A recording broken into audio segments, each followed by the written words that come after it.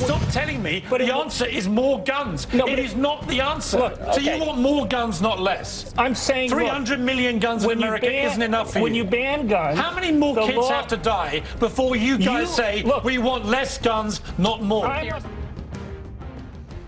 Jerry Agar for Ezra Levant. As I explained at the top of the show, I found it quite distressing to hear all the ignorance on guns being spewed by politicians and the media over the weekend. Some of it came from Piers Morgan on CNN, attacking a man who, unlike Morgan, has actually studied this issue.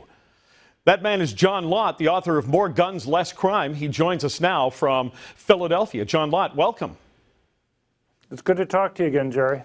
Good to have you. So let's face it, for a lot of people, the title of the book, More Guns, Less Crime, is counterintuitive. But I think there are many people like Piers Morgan who would be unwilling to look beyond the cover. They just want to start screaming at you like you did last night.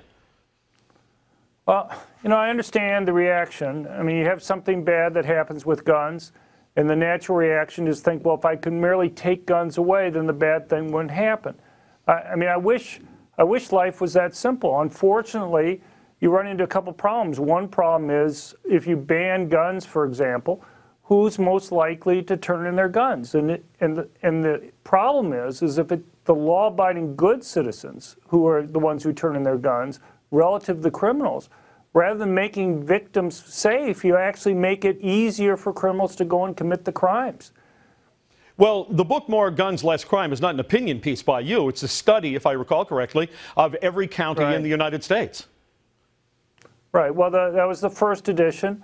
The third edition has not only that information and state level and city level data, but it also looks internationally. I can't find a place in the world that we have crime data both before and after the ban that doesn't see an increase in murder rates after a ban's gone into effect.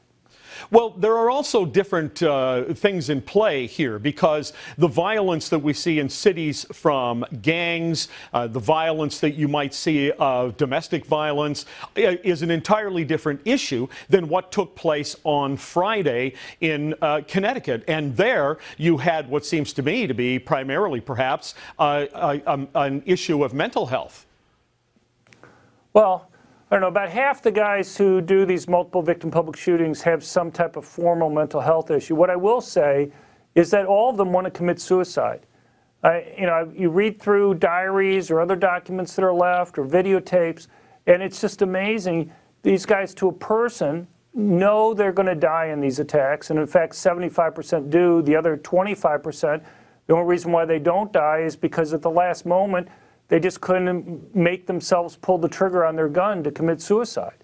And the problem is that the other chilling thing when you read these documents is that they want to commit suicide in a way that will get them attention, that people will kind of know, they feel underappreciated, and they want to leave this world with others knowing that they were here. And the really truly chilling thing is that they openly express the notion that the more people they kill, if they can kill more people than have been killed in other attacks, they'll get more national and international attention. And you know, one has to recognize that. I'm not saying I'm going to tell the media not to be able to mention the names of these people, but it's at least something to understand. Well, there's something that people who are pro-Second Amendment in the United States will say, and it horrifies the anti-gun people, but there's the truth to it. There hasn't been a mass shooting like this at a gun show. And that brings me to the point, I think you were trying to make it with the CNN people, that a school or a workplace or perhaps a shopping mall is the place to go because the perpetrator knows he won't get shot back at. Right. I mean, one of the more amazing facts is if you look at all the multiple victim public shootings in the United States since at least 1950, in which more than 3 people have been killed, with just one exception, all of them have taken place in areas where guns are banned. And that's also true in Europe. You know, I'll just give you one simple example. Take the Aurora movie theater shooting from July this year.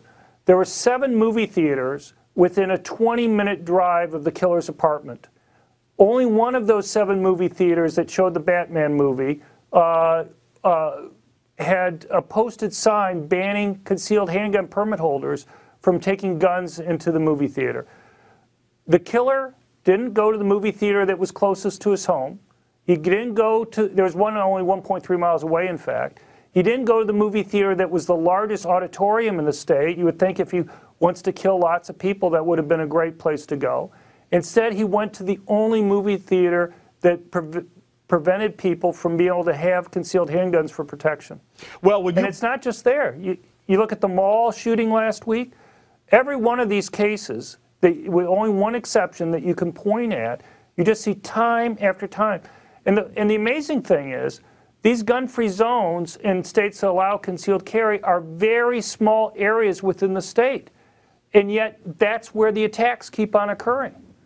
Well, yeah, but you tried to bring that up with CNN. I think it was Soledad O'Brien who said, well, you don't know what's in their mind. So how do you respond to that? I'll let you respond to it. I don't think she did. Well, I think there are two things to bring up. I mean, there are a few cases where it's pretty explicit, like the Columbine killers, for example. Dylan Klebold was actively opposed to the concealed carry law that was going through the state legislature. It's my understanding that he had actually written his state legislators asking them to oppose the concealed carry law because it would allow concealed carry on school campuses. But also interesting is the timing of the attack at Columbine. It happened the very day that the state legislature in Colorado was scheduled for final passage of the concealed carry law. He did it just hours before it was passed. And are you saying that he actually? Excuse me.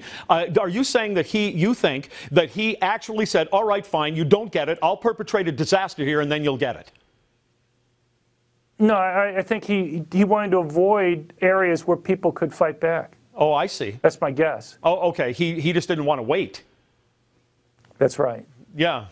Well, see, I've always tried to tell people that this is a multifaceted issue, and that leaping to the conclusion that when just a small handful of 300 million guns in the United States are used in such a vicious manner to try to make the cause and effect that it has to do with the gun, I think is a statistical disconnect that wouldn't be accepted in any other area except the gun. I mean, as I said, I understand people's emotions and why they're driven here. You know, part of the debate is driven by the fact that we constantly hear about bad things that happen with guns, but the media just doesn't cover the times where crimes are stopped by people using guns defensively.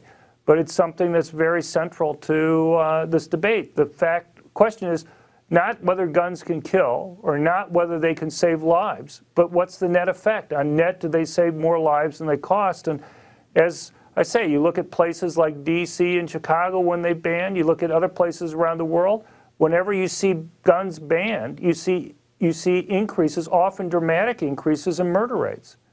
John Lott, thanks for your time. Thank you very much. Good to have you.